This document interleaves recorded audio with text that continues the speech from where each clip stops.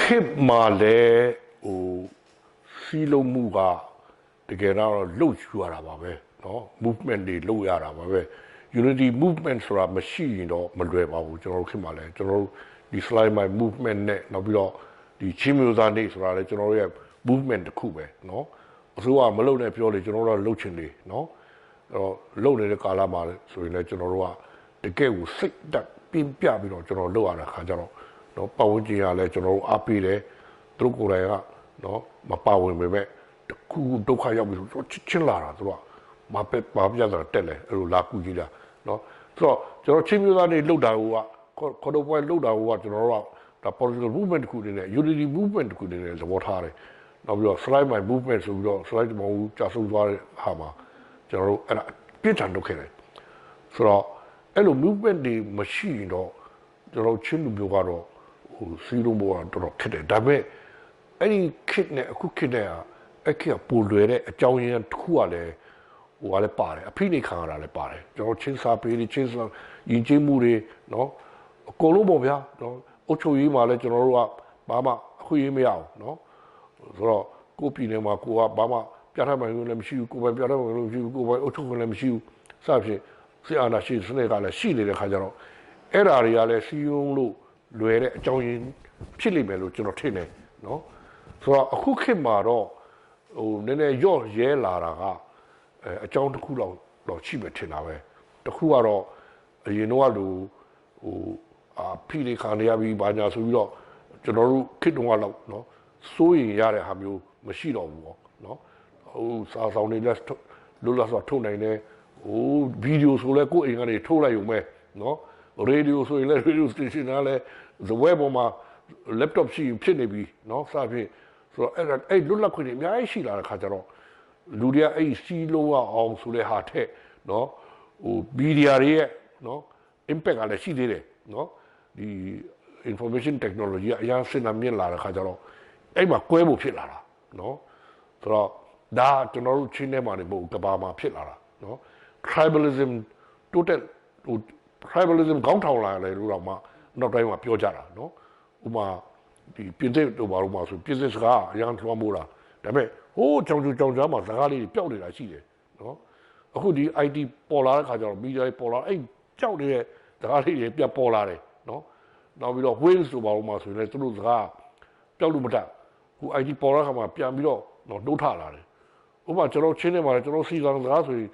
လူ1000လောက်ပြောတဲ့စကားလေးနော်ဆိုတော့ကျွန်တော်ဒါတွေရေးဖို့တိတ်ကြောင်းမရှိတော့ဘူးဒီဟာနဲ့ဆက်တွယ်ဖို့အကြောင်းမရှိဒါပေမဲ့ IT ပေါ်လာတဲ့ခါကျတော့နော်e-group တွေပါဖြစ်လာတယ်နော်နောက်ပြီးတော့ဒီ media တွေဖြစ်လာတယ်နော်စသဖြင့် radio station တွေဖြစ်လာတယ်စသဖြင့်ဆိုတော့သူရဲ့ဒီ impact ကတော်ကြီးတယ်ဗျကျွန်တော် unity ကိုဖျက်ဆီးမယ်ဆိုရင်ဖျက်ဆီးတော့တယ်နော်ဆိုတော့ကဘာကြီးကဒီအဝေးကိုရောက်သွားတယ်လုံဆွဲတယ်နော်ဒီအတွင်းထဲကို converse မဖြစ်ပဲနဲ့အပြင်ကိုထွက်သွားကြတယ်နော်ဆိုတော့ဒါပေမဲ့တချို့ကတွေ့တာကပေါင်းလဲပေါင်းပေးပါတယ်တဲ့ပေါင်းပေးတဲ့ဒီ technology ကလည်းပေါင်းလဲပေါင်းပေးတယ်နော်ခွဲတာတွေမဟုတ်ဘူးခွဲတယ်အဲ့တော့အရေးကြီးတာကဥဆောင်တဲ့လူတွေပဲနော်ဥဆောင်တဲ့လူတွေကခွဲမယ်ဆိုပြီးတော့ခွဲကြည့်တော့အဲ့ technology ကအရန်ကူညီမယ်နော်မဟုတ်ဘူးငါတို့ဒီ technology ကိုငါတို့စုပေါင်းဖို့ unity ရဖို့တုံးချမယ်ဆိုရင်ဒီကလက်နဲ့နေနဲ့တုံးလို့ရပါတယ်နော်အဲ့တော့ဥဆောင်တဲ့လူတွေကကွဲတာပြဲတာကိုကျွန်တော်တို့ကနော်မတူတာကိုမိပေါင်းထိုးပြမလားတူတာကိုကျွန်တော်မိပေါင်းထိုးပြရင်တူတာအများကြီးပဲနော်ကျွန်တော်ချင်းနေနော်ဆိုတော့တနည်းအားဖြင့်ကျွန်တော်တို့အခု exam မှာဆိုရင်လည်းပြန်ကြည့်နော်ဘယ်မှာဖြစ်တော်တော်များများမှာတာမန်အချိန်မှာကိုလူမျိုးနဲ့ကို tribe နဲ့ကိုဘာသာစကားနဲ့ကိုနေပြီမဲ့အရေးအကြောင်းရယ်ဆိုရင်လူမှုရေးနော်နောက်ပြီးတော့ဒီအမျိုးသားရေးဥမာချင်းမျိုးသားနေဆိုအတူလောက်ကြတာပါပဲနော်တာရေးနာရေးမှာလည်းအတူလောက်ကြတာပါပဲဆိုတော့ကျွန်တော်တို့ချင်းတွေကကျွန်တော်တို့အရင်တော့တချို့ကပြောတယ်ချင်းတွေကဒီ horizontal unity မလွယ်ဘူးပေါ့ vertical တက်သွားမယ်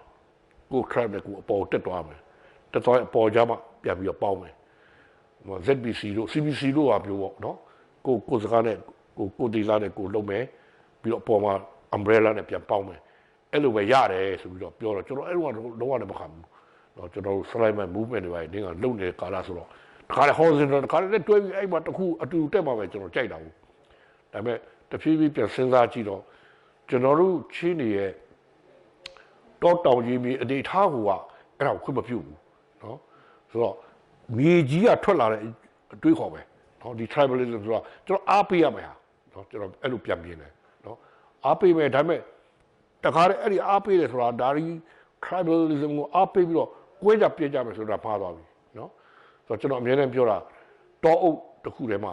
တစ်ပင်တစ်ပင်ကြီးကအပေါ်တက်သွားမယ်ဒါပေမဲ့တောအုပ်တစ်ခုလုံးကိုလည်းကျွန်တော်စဉ်းစားရမယ်ဒီတောအုပ်တစ်ခုလုံးရဲ့ကျမ်းမာရေးကလည်းတပင်စီလည်းကျမ်းမာဖို့လိုတာဘူးအဲ့တော့ tribe တစ်ခုစီလည်းကျွန်တော်တို့ဒေသတစ်ခုစီလည်းတိုးတက်ဖို့လိုတယ်ပြီးတော့တစ်ခုလုံးအနေနဲ့လည်းကျွန်တော်စဉ်းစားရမယ်အဲ့တော့နှမျိုးဟိုတပြိုင်နဲ့စဉ်းစားရမယ်အဲ့တော့ကောင်းဆောင်လုပ်တဲ့လူတွေကအဲ့လိုသဘောပေါက်လို့ရှိရင်တော့ဟိုတိတ်တော့မခက်ပါဘူးခုခေတ်တယ်နော်အရေးကြီးတာကောင်းဆောင်တဲ့လူတွေနော်ခုဥဆောင်တဲ့လူတွေထဲမှာတချို့ကကွဲဖို့ကိုလုပ်နေတာနော်မကွဲအောင်လိုက်လုပ်တယ်အဲ့ဒါကတော့တကယ် very ဘာခေါ်မလဲ under လည်းရှိတယ်နော်အင်မရာမဟို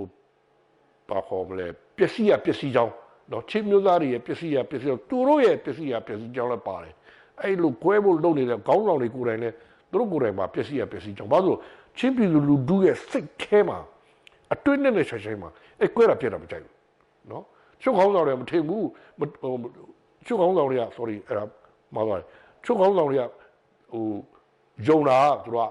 ကွဲတာပြက်တာလို့ရင်အကုန်လုံးငတ်တော့လိုက်တာပဲထင်တာလုံနေ तू က isolate ဖြစ်သွားတာနော်သူ့နောက်မလိုက်တော့ဘူးမကြိုက်ဘူးလူတွေကနော်အတွင်းစိတ်ထဲမှာတော့ဒီတွေးရစကားပြောတယ်နော် unity ကိုလုတ်ဆောင်တဲ့ခေါင်းဆောင်ကိုပို့ပြီးတော့လေးစားကြတယ်အဲဒါကြောင့်ခုခေတ်မှာလည်းဟိုလွယ်ပါတယ်လုပ်လို့ရမှာပါ